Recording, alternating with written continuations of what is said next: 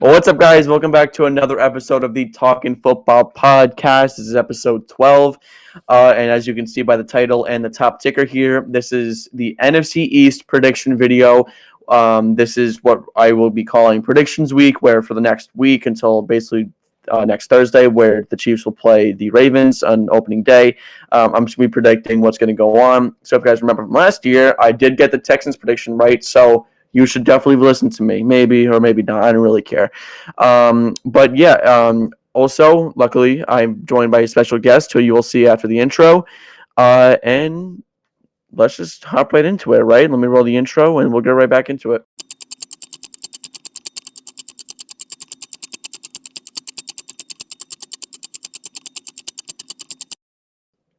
All right, so let's wait no more longer. Let's wait no longer.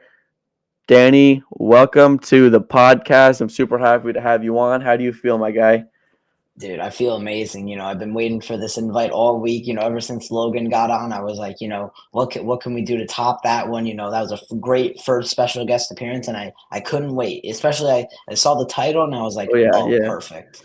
Yeah, I got a lot of positive feedback on the fantasy video that I did with my guy Logan. So now we're here with Danny. Danny is a Giants fan as well, just as I am. But quick disclaimer: no bias here. All right, this is Okay. true raw predictions, and we're just gonna start right with it with my prediction for Washington, and I have them going 5-12. So here's the thing with Washington: they have a new quarterback, new head coach, new roster, new owner. Everything's kind of new there, which is why I only have them going 5-12. Now, could they go 9-8? Could they go 10-7? Is that a little bit of a push? Yes, but they do have enough to the point where they could make a slight playoff run if they needed to. They have good pieces. They have Daniels, they have Allen, they have Payne, and Scary Terry. But I don't think they have enough everywhere else for them to make a deep playoff run or to make a run even at the division. I just don't see them being as good as some other analysts think they are. Like I've seen some people say 11 wins for Washington. I don't see that. I see five for Washington in this case. And I know Danny, you have a similar prediction. If you want to chime in on that. Yeah, no problem. I have Washington going 4-13. Even though you only have one win, above me, I think your prediction's also fair. It's Mm-hmm. all about just getting in that right margin with this team. I mean, the offensive line, you saw Sam Howell last year. They couldn't even withstand the Giants all out blitz defense on third down. It just they couldn't sustain it. And they had so many, just inconsistent days where, Howell would throw for 250 yards or he would throw for 75.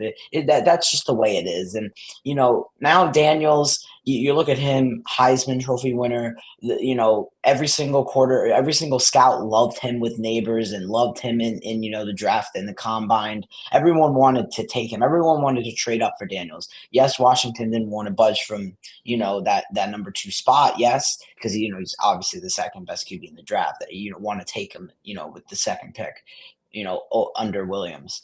But it's all about just building the team. Yes, you said that their D line was stellar with Allen and Mm-hmm. Payne, and but also what worries me, their secondary. I you know their secondary and their linebacker core are just very mediocre.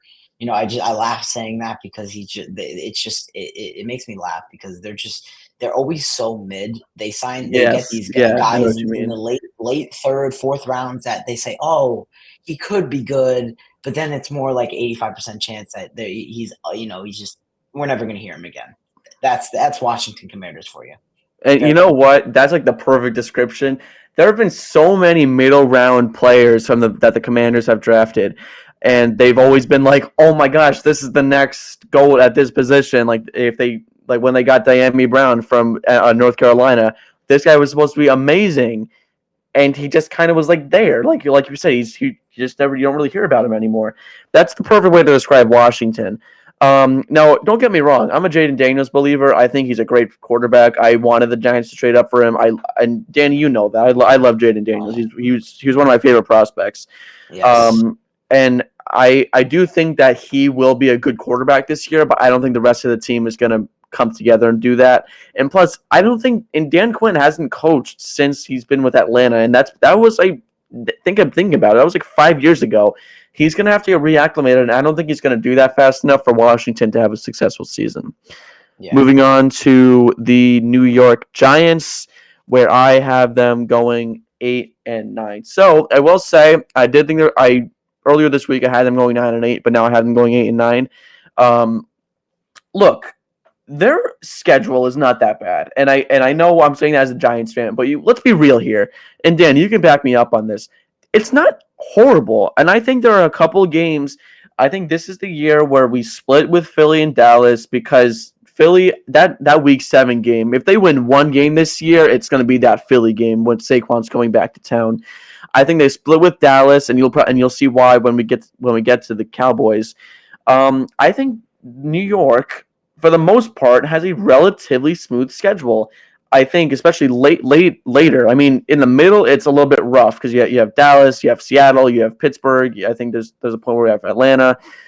It gets tough in that middle spot, but there are games here and there where we can win, and that's kind of where I had them at 8-9. They added some good pieces this offseason. Obviously, they got Leak, who I'm hoping can be a great player. As long as Jones doesn't throw that pick six like he did against Houston, I think this team could probably be around 8-9, maybe 9-8. They could be worse. They could be better. I don't know. Yeah, you have them going 8-9. I have them going 9-8. Jones has proven with just a clean pocket every 65 to 70% of snaps. Not saying the pocket needs to be picture perfect every single snap. Yeah. That's not going to happen in the National Football League. These defensive tackles keep getting bigger and better and more explosive. That's just the way football is ruling in the modern generation here when we're watching football. Jones, I'm a guy who will believe in a quarterback once you get him his proper weapons and a clean pocket with 60 to 70% of the time with a clean pocket to throw. We could put DeVito back there with a good offensive line. He will make the throw. Any NFL quarterback will make the throw. I am basing this Giants team on how number one, how Daniel Jones will perform, and number two, how sustainable this offensive line can be under Carmen Bisolero, right? Yeah, we got that on the Raiders, right? I think a little bit differently than you. I look. I'm giving Jones one more year. I'm not going to say I'm a Jones guy because I've said so many bad things about him over the years, but I'm giving him this year. Like show that you can be that guy. Can he be that guy? I think so. We've seen that he can be in 2022, but we just need to see it do it again. Now, when it comes to the offensive line, I actually believe in them this year. I'm probably going to knock on wood there right now because they're going to disappoint. I know they will. My biggest concern is the secondary. I don't know. If they added a Gilmore or a Simmons or a Xavier Howard, I would probably feel a little bit better. I would probably put them at around 9-8 because that defense would be significantly better if they had another corner. But because they don't, and because they're kind of weak, they are weak in the secondary, mainly at corner. I like their safeties, but at corner, it gets a little rough. That's kind of why I don't have them getting over the 500 hump like you do. Okay, I love that prediction. I'm also going to go defense here because I'm a big lover of defense. I love the defense. Okay, we have a top 3 defensive line in football. There's no doubt. We have the best defensive tackle. We have a top 5 edge rusher in Brian Burns. And then Thibodeau, I'm not saying anything. I'm a big Thibs guy. Oh, yeah. He's still developing, and I say that to heart because he only bull rushes. I haven't seen any. I haven't seen any technique. I haven't seen any, a spin move here or there. He bull rushes. I'm giving him, I love his motivation. Let's see how many sacks he could get this year. But I 100% agree with you on the secondary. As you say, you said, you were worried Deonte Banks isn't good at football.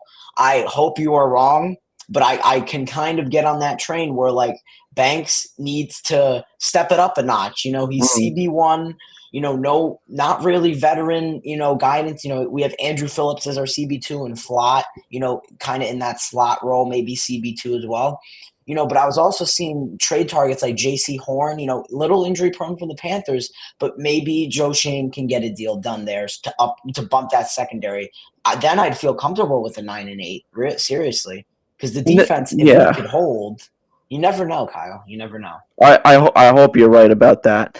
Let's move on to the next team that we have. We have the same record prediction for Dallas.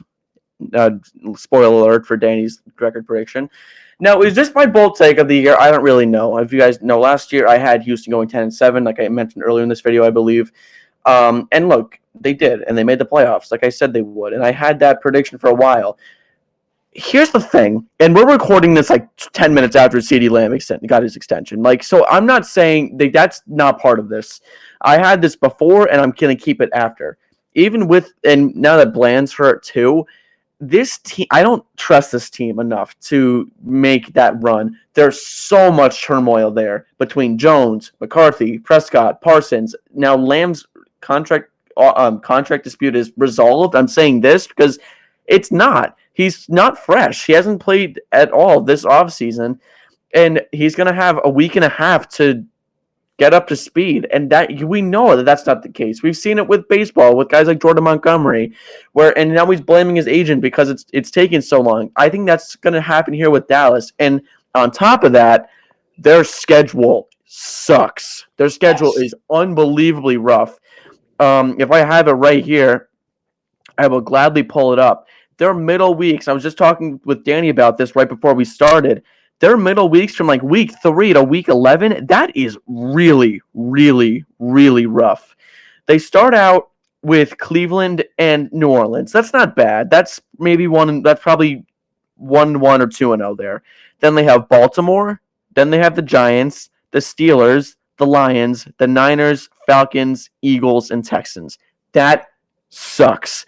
And they have a bye week 7. So their bye is right in the middle of that. So I guess it's not as bad. But coming out of the bye and having the Niners on the road, the Falcons on the road, the Eagles and the Texans at home, like that's rough. And that's a problem for Dallas.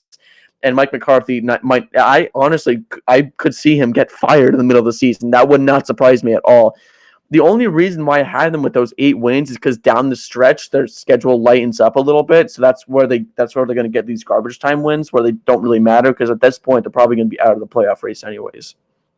Yeah, I like how you just brought up, off season and off the field, drama, because that's all the Cowboys are at this point. You see on Twitter, ML Football or Ian Rappaport with the fights in training camp. It's always the Cowboys. Whenever I see like, fight alert, I always think Cowboys because I see that and I'm just like, wow, this team, they're all mixed up in the social media and all the predictions and stuff. And you saw it with Jerry Jones. He's like, they asked him if the general manager spot was going to be open. As everyone should know, he's the general manager and the owner. But he's like, oh, no one can do this better than me. That just shows like the lack of just like class in the organization. I feel like that's going to carry on to the field. And you also brought up contracts. Yes, Lamb just got extended 25 minutes ago, but where's the time to ramp up and build him up? He's a top 3 receiver in fantasy and just even on the field stats. And I'm also going to bring up this. As everyone knows, Micah Parsons with the Dallas Cowboys is an absolute stud. Penn Stater at heart over there. It's just we look at top edge rushers in the game: Myles Garrett, Brian Burns. And then we look at Micah Parsons and T.J. Watt. I think of it as the big 3 of money right now. You have you still got Prescott and Micah Parsons on the books. We look at a recent extension that Brian Burns had, 5 years, 150. I feel like once Micah Parsons signs his contract, that contract's not going to look bad at all for Brian Burns and the G-men, not being biased at all. But Parsons says he wants to be the highest paid player, not position, not edge rusher, not position, player. And that right there scares me for the Dallas Cowboys, not only in the front office but on the field, because as we know, what happens in the locker room, affects your performance on the field. And not only that, Prescott is known to choke in and out of the playoffs. And I don't care if you give him 2 more top 5 wide receivers along with Lamb. There's some way the Dallas Cowboys will choke. And I'll end this Dallas Cowboys segment because me and you have a very similar statement. We have said, until me and you are in the grave, the Cowboys will not win anything in the playoffs with Dallas or with Dak Prescott as their Yeah. QB, and I will live and die by that statement. That will always be with me. Dak Prescott is not a winner. Okay, I know as a Giants fan, Jones is also not a winner, but Dak Prescott is not a No, winner, he's ladies not. and gentlemen. He is not a winner. Yeah, I agree with you there. I mean, Dak Prescott. We all know the Cowboys. Not even just Prescott, but the Cowboys in general. They are regular season merchants. They just Yes. dominate the regular season, and they just get nothing going in the playoffs. It happens year in and year out. And it's funny. This is a side note. When I was doing playoff brackets with my family, I was the only one that had the Packers moving on. I was like, there's no way this is gonna happen. And then halftime was like 21-0. I knew it because that's all the Cowboys do. Like you said, with Prescott or with McCarthy, doesn't even matter. They just get nothing done in the playoffs. Let's go to a team that does get something done in the playoffs. This is our division winner, both of us. Slightly different record predictions here, but we both have the Eagles winning the division. So Philly, as much as this pains me to say, I'm tipping my hat to Howie Roseman. He has built this team perfectly. They have unbelievably good talent in really everywhere. And even now that Jason Kelsey's gone, that doesn't really mean much. Look, their offensive line's phenomenal. Hurts is great. They have a great receiver. They have a great receiving core. They now have Barkley. They have Goddard. That's 5. That's a full hand. That's a full hand on offense. And now they just bring in Kellen Moore, and I'm a fan of Kellen Moore. I think he calls a good offense, and he's going to fit that right in with a nice little play action here and there, nice pound the rock, which now they're going to do even more. Now they have Barkley, and then that's not even mentioning the defense and their special teams, which is always phenomenal because you have Elliott who can make up to 63. I mean, the defense, you have unbelievably good edge rushers. You have Brandon Graham, Fletcher Cox. You have what's his name? Josh Sweat just signed there. Your secondary, I mean, can you get enough? You have Slay, you have DeJean they just drafted. I mean, they have Quinion Mitchell. They have such a good team, and they've built it really, really well. So I tip my hat. Oh my goodness, can't talk. I tip my hat off to Howie Roseman here for building a great team. Schedule wise, I think you're gonna have a couple losses here and there. That happens. Okay, that happens with a team like the Eagles. You're gonna sprinkle in a couple losses here and there, but 12 wins is more than enough to win this division, in my opinion. Yeah, Kyle, I'm going right here with you. I have 11-6 here, as it says on the bottom there. This team, I as I hate it, I hate Philly. Sorry to any Philadelphia, residents watching this video, but as Giants fans and as just an honest, prediction enthusiast and analyst, Philly's always good. And ever since 2021, 2022, they've been good.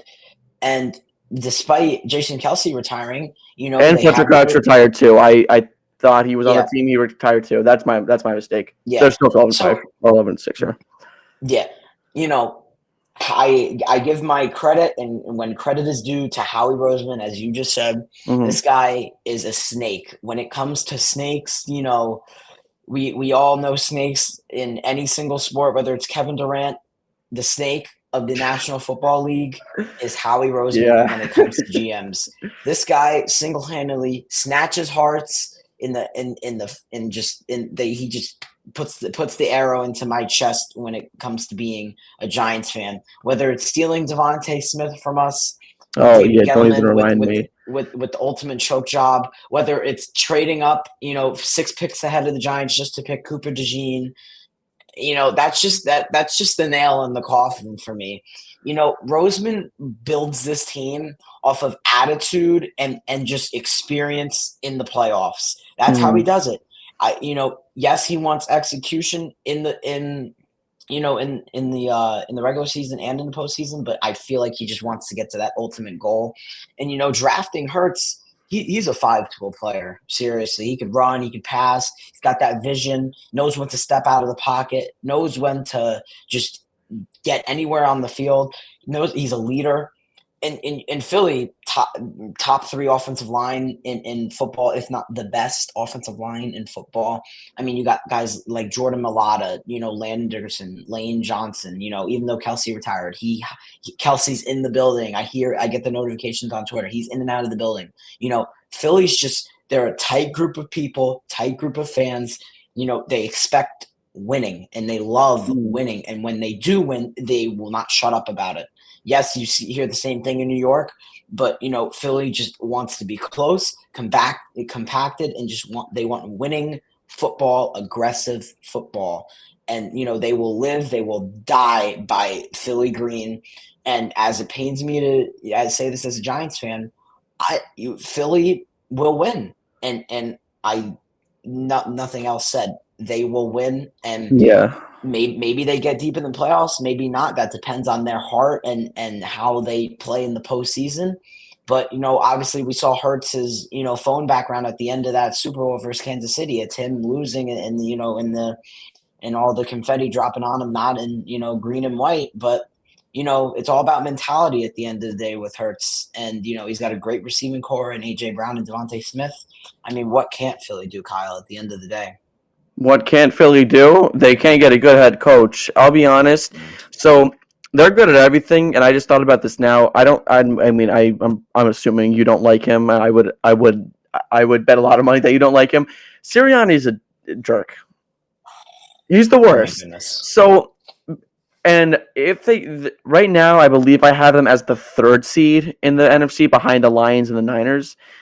So, and I don't see playoff success with this team this year. I see a division success, but I don't see playoff success. This is Sirianni's last year because and based on reports, Sirianni and Hurts were on the same page for the last 10 weeks of the season, and that's not good. So this is really Sirianni's last chance because it's funny how such a successful head coach he's on the hot seat, which makes no sense. But I guess when you look at it, it kind of does. He really needs to lead this team in the playoffs deep, and if he doesn't, he's probably going to get fired. But I guess we'll see when the season comes, and that's how we're going to end this episode. Thank you guys for watching. I hope you guys enjoyed Danny on the show. If you did, we'll have him back. I'm probably going to have him back even if you don't. So I appreciate you, Danny, for coming on. We'll definitely have him back at some point. And yeah, I hope you guys enjoy the episode. And we're going to get more prediction videos out later in basically for the next week. We're going to do more NFC. We're going to do the NFC, then get the AFC going once the NFC predictions are done. So that's that. All right. We'll see you guys tomorrow.